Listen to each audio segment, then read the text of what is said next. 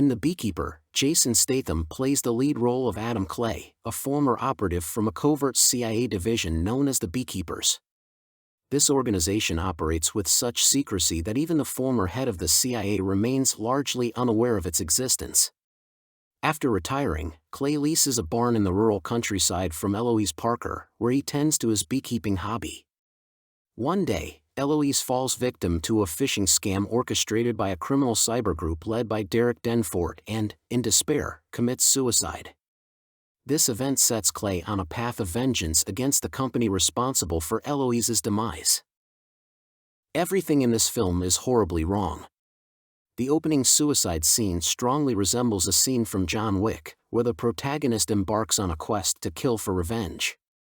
For Wick, the catalyst is his beloved dog. For Adam Clay, it's his dear landlady Eloise Parker, whose daughter works for the FBI. While the first installment of that franchise was cool, it doesn't mean one should copy it, hoping that if viewers like the first one, they'd like it too. The Beekeeper risks feeling derivative and lacks originality. Additionally, the dialogues in the film seem just absurd, with the excessive number of beer-related lines resembling rather some manic schizophrenia. This plot aims to demonstrate that if traditional law enforcement fails to address crime effectively, more radical and unconventional structures come into play. The concept of a covert organization like the Beekeepers, led by a character portrayed by Jason Statham, holds promise.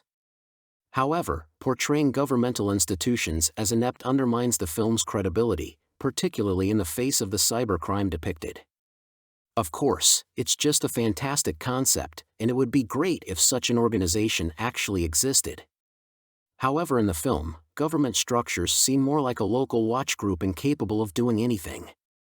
Considering that these phishing companies have been operating for several years, luring in hundreds of millions of dollars monthly according to the company's owner, there would likely be numerous open cases of fraud, and the FBI would definitely be investigating this company.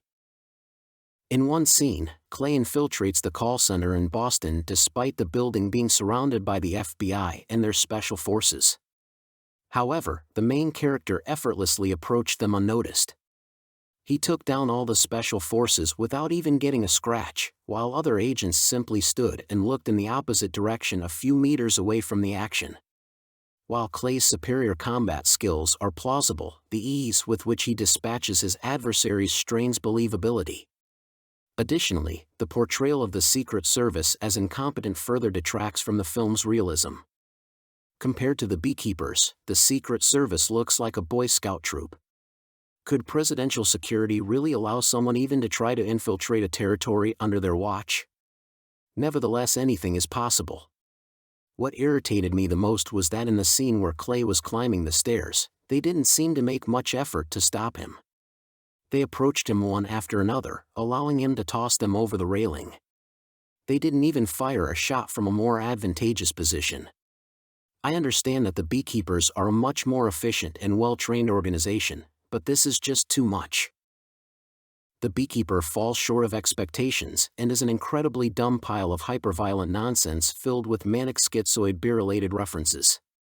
I love Statham, and he is undoubtedly a great actor, but the story is too cliché and comical to recommend. The Beekeeper may disappoint even the most ardent fans of the leading star and director.